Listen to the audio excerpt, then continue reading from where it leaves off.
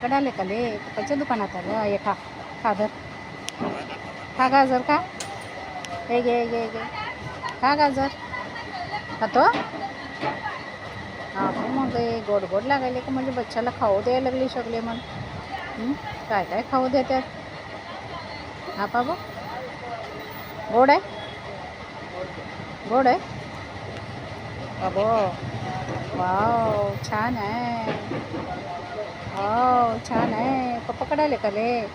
पप्पाकडे आला तू कुठं आला बाबलो